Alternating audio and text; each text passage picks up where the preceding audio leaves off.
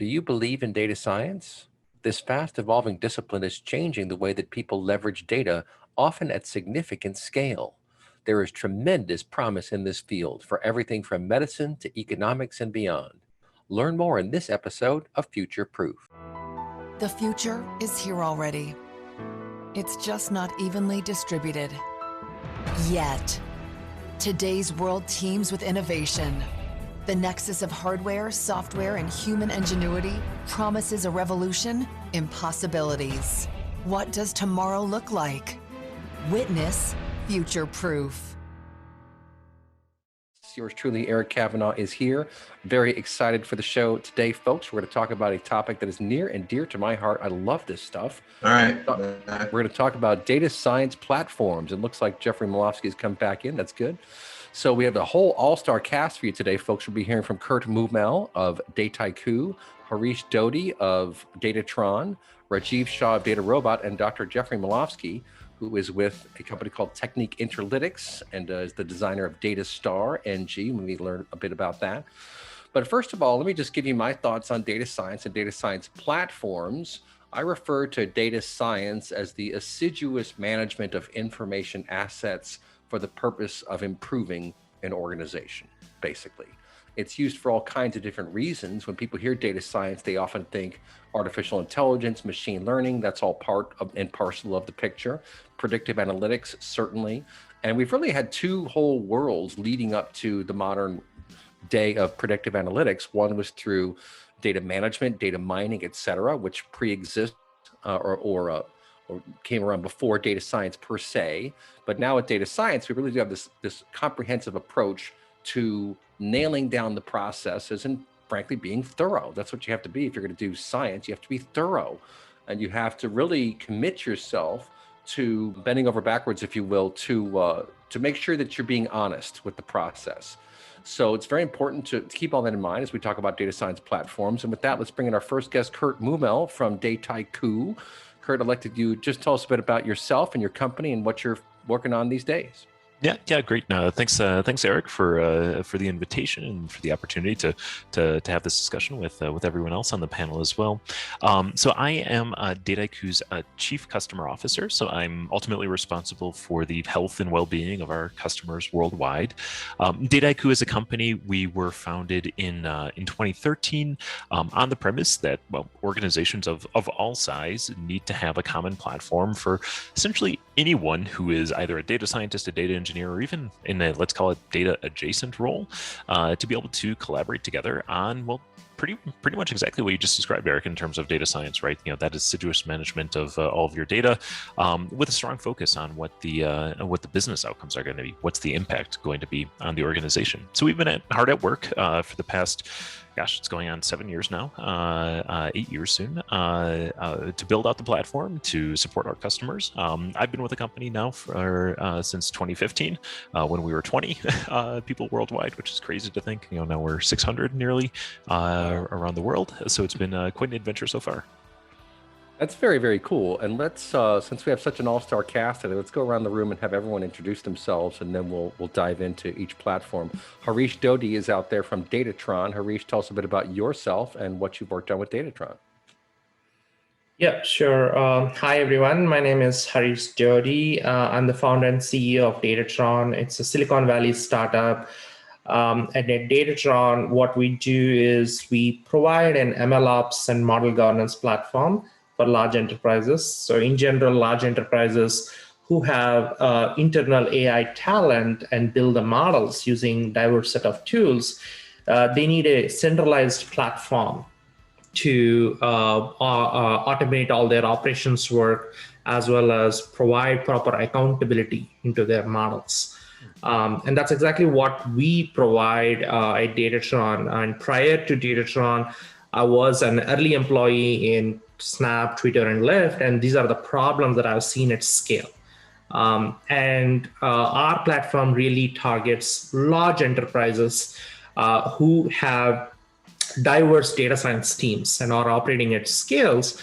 And their main pain point is how do we manage models, operations when you're thinking about a lot of diversity that is involved, and also bring proper governance into the enterprise from a compliance and regulatory standpoint. We are founded in 2016, and we have now several large enterprises using our product and are reaping mainly benefits in the productivity as well as the governance and compliance space. Okay, that's fantastic. I'm glad you brought in governance and compliance too. We'll talk about that throughout the course of the show today. Really important that you document all that stuff, that the right people have access to information, that people do not have access to information they should not have access to. That's all part and parcel to doing data science responsibly. And like I said, if you're going to do science, you have to be committed to being responsible. And with that, let's bring in Rajiv Shah from DataRobot. Rajiv, I've known DataRobot for years now. Very cool stuff. All these technologies are fantastic on the show today, by the way, folks. I've looked at all of them. They're amazing. Rajiv Shah, tell us a bit about the latest at DataRobot. All right. Well, thanks again for having me on, Eric. As a starter, DataRobot has been in the space and kind of created the space around automated machine learning. So using automation to help build models. Now, over the years, we've been very well funded. We have almost $750 million in funding. And we've now built an automation workflow that goes all the way from our data prep through building models, as well as exactly what you said, Eric, is managing and governing those models, because building is only one step, but then we have to think about how they're actually going to be used and continuing to update and refresh those models as well. Yeah, it's important stuff. And last but not least, Dr. Jeffrey Malovsky, dialing in from Texas, where they have snow as well. We got quite a winter storm right now. But Dr. Malovsky, tell us a bit about your past in science and why you think data science really does need a platform approach.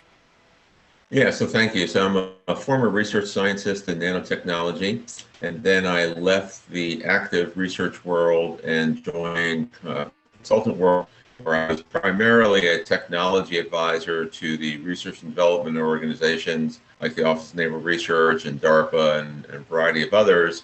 And from that, I got to see a wider use case of technologies, particularly very advanced technologies. And sometimes as a research scientist, we take it for granted that we really are data experts, because the truth is you can't go to a conference or publish a paper and be a successful scientist unless you are, anally accurate about your data. And so now in the data world, we talk a lot about that, but that is the life, what a scientist does every day. So then I formed a company making use of that, but it was focused on doing data fusion and knowledge management and enterprise architecture. And then we got to see a lot of the problem space in large organizations. So then we actually built an enterprise scale data normalization platform, which we then put into secure environments in large organizations, which really dealt with the area we really specialize in is the really hard data. It's really the most of the data in large organizations is the stuff that's really messy. It's not documented. People have tried many tools, many architectures and frameworks, and it's just too hard to get there. Well, we specialize in that. There is a way to bring it together. There is a way to reverse engineer and do the forensics and make the data good. So what we're doing now is actually taking all that expertise, the lessons learned, the techniques, some of the customized algorithms, and we're putting that together in a new product line, which we want to make as almost a one-click way to take the bulk of data that's really not pristine enough to do AI or data science with, and get it into a form that can be used on these wonderful platforms. And then these wonderful platforms are really transformational in how they're bringing the capabilities of AI and data science out. So we want to aid that journey. Folks, you can hear we have an all-star cast here. Let's just bounce right back around and bring Kurt back in from Dataiku. So I love the potential reference here to haiku, right, which requires you to be very precise but very poignant. And really, that's kind of what AI can do for you if you have, it seems to be, two things really laid down. To Dr. Malovsky's point, data quality. You want to be feeding good data quality into these algorithms. But two is really understanding the processes, the business itself. And that's why I think it's interesting that you have this great name, Dataiku, and I don't know if it's in reference to haiku or not, but it sounds like it is. And what I love about that is that poetry is in a way both, especially haiku, is math, science, and prose, right? So you're coalescing not just the mathematical side of things, but also the prosaic side of things. And the world is much more prosaic than mathematical. But what do you think about that, Kurt?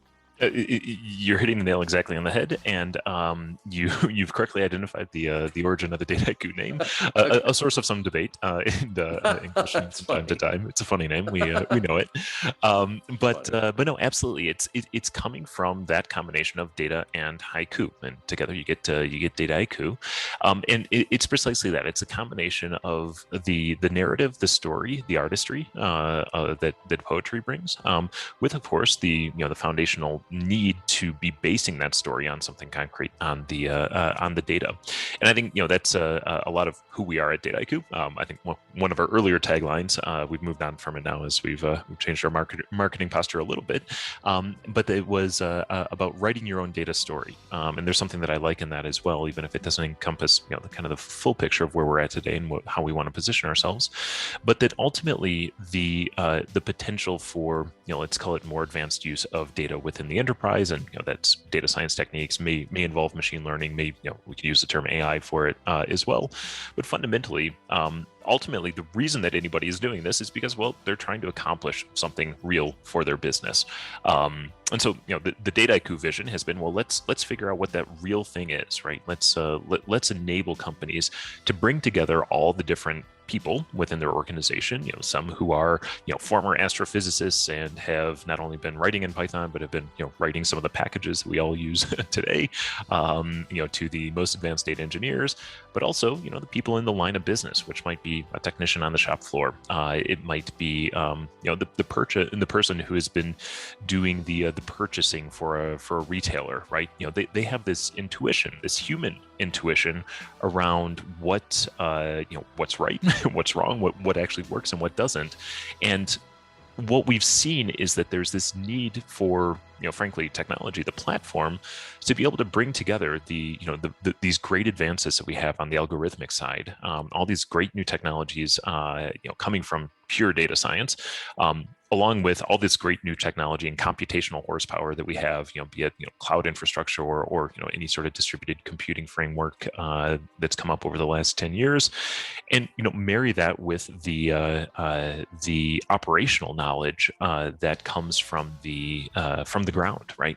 And so indeed, a lot of the value out of this, where it gets out of just a science project and gets out of a Kaggle competition, and no offense to Kaggle, it's a lot of fun, but it's not ultimately there that you're getting the value, and it's by bringing those people together, and where where we believe technology is successful is where it's succeeding in bringing people together and almost disappearing from the equation. So it's very much a human story, even if, of course, a lot of it is about automation. A lot of it is about determining what new insights you can get from the data that you never would have been able to get if it were just human beings looking at spreadsheets or a ledger paper or whatever it would have been in the past.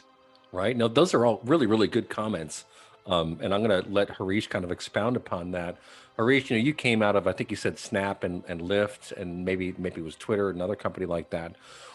These companies that are born of the cloud era really have focused on data and process at scale from the get-go. Absolutely. And the whole essence for this, the foundation for this is the data. And there is a heavy amount of data exploration need to be done correctly before anyone can come up with any meaningful predictive AI models for their business units. And from my experience, I've seen that there are different stakeholders are involved, whether it is from the data side with data engineers, or from the data science side, data scientists, or even like machine learning engineers, which is the new trending term that is happening, who are helping for productionization, and even the business people. So one of the challenges here is, as data science is getting adopted, as AI is getting adopted in large enterprises, so is the technical debt that is getting created in the organizations, and particularly with stakeholders involving from the technical side, non-technical side, and even business people, and even from the regulatory compliance people who have nothing to do with the business, they are also involved. And you have to come up with proper measures and proper practices in the early life cycle itself, in the journey. Otherwise, it's going to create quite some friction between different groups. The groups could be the data engineering group versus the data science group versus the machine learning engineering group versus the business groups. That's interesting. And that's a perfect segue to bring in Rajiv Shah from DataRobot, who was talking about personas before the call. And this is a very interesting point that Harish brings up, Rajiv. I mean, data science can and really should touch just about every part of the organization, but you want to be careful about how that happens. And you want each group or each individual, each persona to have their view that makes sense for them. So it's meaningful, it's intuitive, it's getting something done that's positive, but that's different from one person to another, from one group to another, right? Can you tell us about that and what you've done at DataRobot to enable that? Yeah, and just stepping back, I think if you look historically, we often had in organizations data scientists that were generalists that would do everything, right? The full stack data scientist is still out there. But most enterprises realize that it doesn't make sense to confer all this responsibility onto one person because there's just so many roles, from understanding the data to building models to integrating it in with IT to reviewing it, that it makes sense to have a number of roles. And so this is where we get into different personas, where there's some people that are good that understand the data, but they've never put a model into production and have no idea how to connect it to IT. So what we want in a platform is where all of these people can work together and collaborate together to build that AI that helps make better decisions. And each of them can use the platform in a way that they see fit. So someone that understands the data can understand, analyze it, look at the graphs, look at the visualizations, while your machine learning engineer can use the tools that they want. They can use Git, Docker, those types of tools to productionize a model. And so I think that's the kind of the value of the platform. All right, folks, back here on Inside Analysis, talking to a bunch of data science experts today. We've been talking to Kurt Muehmel of Dataiku, Harish Doddi of Datatron, Rajiv Shah of DataRobot, and Dr. Malafsky of DataStar. You can see data is important in the information economy, folks. It really does matter. And we were chatting in the break about ethics and why we keep hearing about ethics. And I think it's because we need to keep hearing about ethics. And Kurt just had a great tagline come out of his mouth. He referred to engineering trust. Got a handy thing on that one. What do you mean by that, and how can organizations engineer and foster more trust? Yeah, it's a question that we think a lot about at Dataiku. One, because we care about it, right? We don't want to be on the wrong side of history in building out this technology. We definitely want to be contributing to a more positive world in the future, right? So there's that, but also fundamentally there's a business consideration in this as well. What we're trying to do with our customers is give them the ability to really scale out the way in which they use data, build models, deploy those models, and ultimately impact their business. And if we're saying that there's going to actually be impact on the business, if there's actual ROI from this, right, it's because you're doing something different out in the world. So you're having impact on the world. Now, is that just kind of ethically neutral and you're just making more money? That's great. That sounds fantastic. But there's also, of course, always a risk that you could be doing harm as you do it, as you do that, and you actually start having models making predictions which are driving decisions across any number of different contexts. And we know all the historical examples around loan approvals, pricing, risk calculations, things like that. And so I think that companies today really need to be proactive about ensuring that they understand what those risks are, and that they're building practices and systems to make sure that there is trust, so that they actually are engineering trust into what they're doing. And there's a number of dimensions to that. One is making sure that the right people have an opportunity to provide input into the process, right? Are we ensuring that people from different backgrounds, from different lived experiences, have an opportunity to provide input on the way in which their company is using this technology? But then fundamentally, is there transparency into actually what the model model is doing, right? You know, we talk about black boxes, you know, and those of us who are, you know, data scientists or data engineers, you know, that certain algorithms are, you know, more easily understood, more penetrable, more explainable than others, though there are really interesting techniques now to reinterpret some of that, or re-engineer some of that explainability. But ultimately, right, where's the, you know, the transparency on where's the data coming from, what transformations are being applied to it, what is the model doing, what data was the model trained on, and how was that selected, all the way out to, you know, who's saying yes to this entire process and saying, yes, we should be making business decisions based on this combination of what might be thousands of individual decisions, from data sourcing, data prep, model training, model deployment, so that it actually reflects our values as a company, right? And so Dataiku, we're not here to say what's right and what's wrong for our companies to do, but we do feel a very deep responsibility to make sure that they're well trained on the technology, and that of course the functionality is built into the platform to give them the means both to understand, you know, for example, if a model is biased in one direction or another, to understand how the system is coming to a prediction in any given case, but also, and perhaps most importantly, is at the systemic level, once again, you know, to kind of zoom out,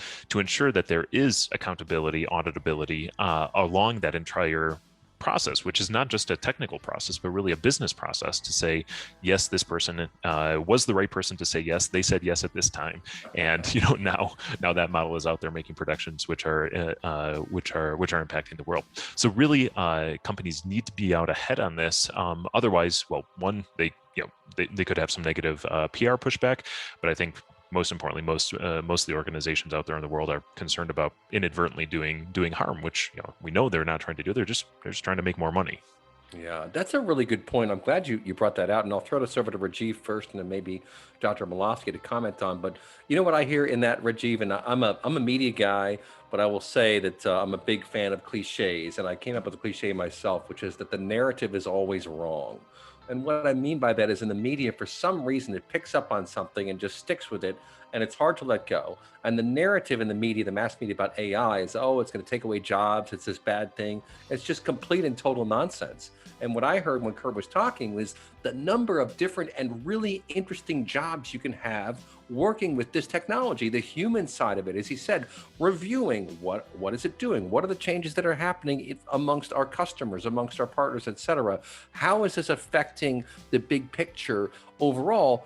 What a cool job to have. And you don't have to be a data scientist to do that. You could just be a human being who knows business or knows a particular industry. Maybe it's retail, maybe it's manufacturing, transportation, whatever, it doesn't matter. But you need people around this technology just looking at it and offering their perspective, right, Rajiv?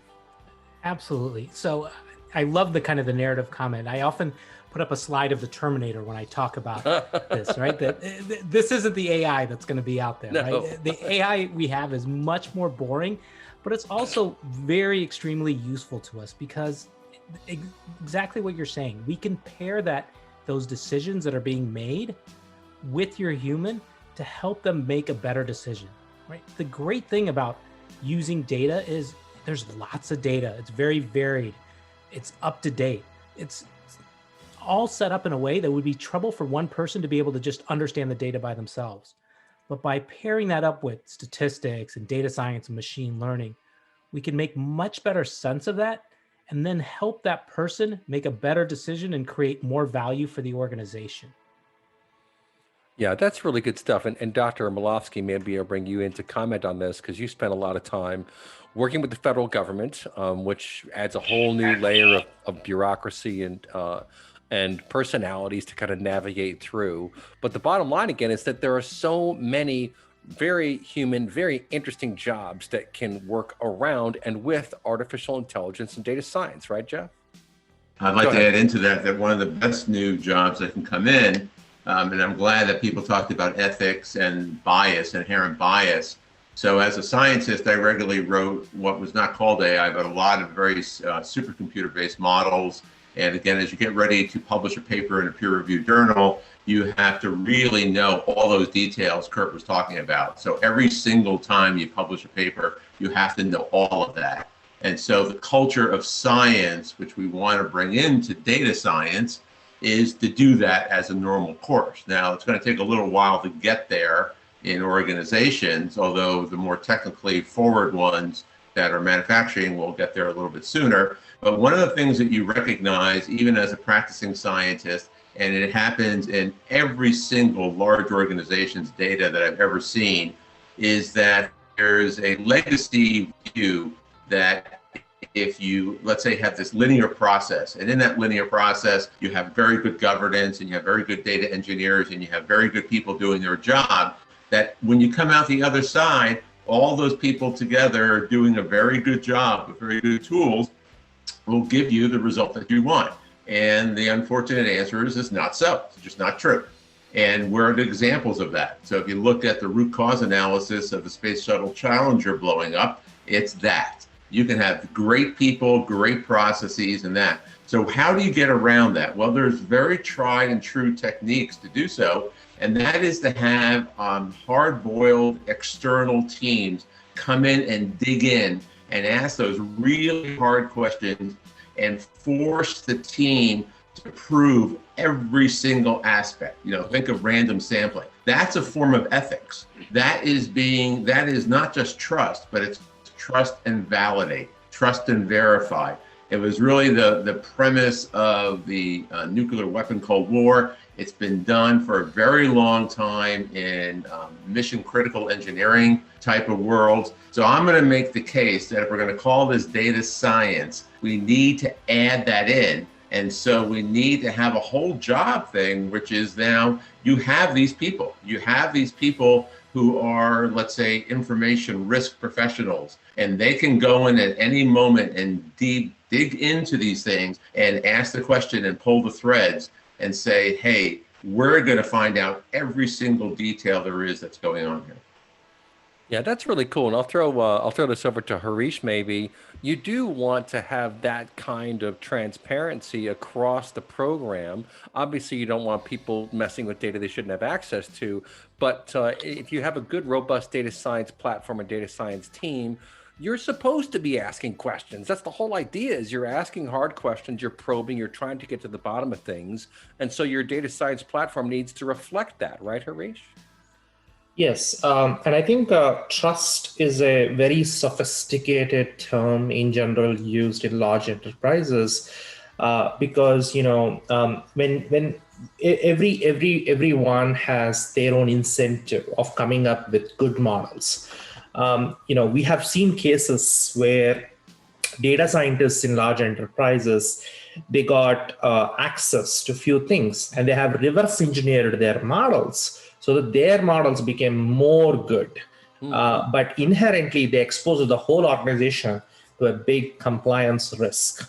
And that is exactly where I was stressing on the point about you need to have proper checks and balances in the organization across different tool sets, toolkits that are applicable to different teams. Because, just in this case, a data scientist who has access to the data science platform, he also got access to a few other things. And that's exactly where that, on the surface, the whole business unit was performing really, really well, but they have exposed the whole organization to a much bigger compliance risk and fines. Right. And that's exactly where there is, trust is a big term in large organizations. Even today, organizations are struggling to maintain trust because ultimately the data scientists, the modelers, they do the models.